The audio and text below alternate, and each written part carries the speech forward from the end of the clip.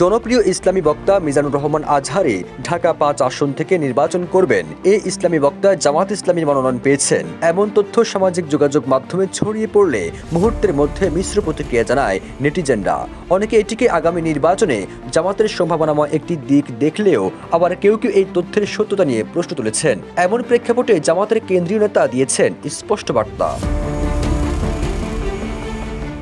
আগামী নির্বাচনে ঢাকা ৫ আসন থেকে মিজানুর রহমান আজহারী প্রার্থী হওয়ার তথ্য সত্য নয়, এটিকে গুজব বলেছে জামাত ইসলামী। দলটির কেন্দ্রীয় সহকারী সেক্রেটারি জেনারেল এহসান মাহবুব জুবায়ের বলেছেন, জামাত থেকে মিজানুর রহমান আজহারীকে মনোনয়ন দেওয়ার খবরটি গুজব, এমনটি হওয়ার কোনো সম্ভাবনা নেই বলেও তিনি স্পষ্ট জানিয়েছেন। সেই সঙ্গে তথ্য প্রচারের বিষয়ে আরও সতর্ক থাকতে এবং যাচাই বাছাই ছাড়া প্রার্থিতা নিয়ে কোনো তথ্য গ্রহণ না করার আহ্বানও জানিয়েছেন জামাতের এই নেতা।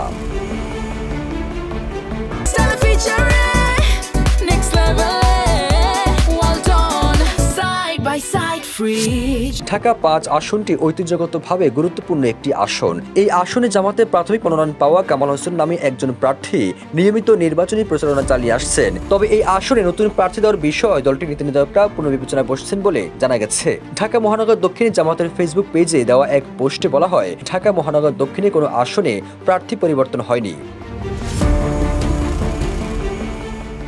এতে আরো বলা হয়, ঢাকা মহানগর দক্ষিণের আওতাধীন ঢাকা ৪ আসনে সৈয়দ জয়নুল আবেদিন, ঢাকা ৫ আসনে মোহাম্মদ কামাল হোসেন, ঢাকা ৬ আসনে ডক্টর মোহাম্মদ আব্দুল মান্নান, ঢাকা ৭ আসনে হাফেজ ইনায়েতুল্লাহ, ঢাকা ৮ আসনে ডক্টর মোহাম্মদ হেলালুদ্দিন, ঢাকা ৯ কবির আহমেদ ও ঢাকা ১০ আসনে মোহাম্মদ জসিমউদ্দিন সরকার।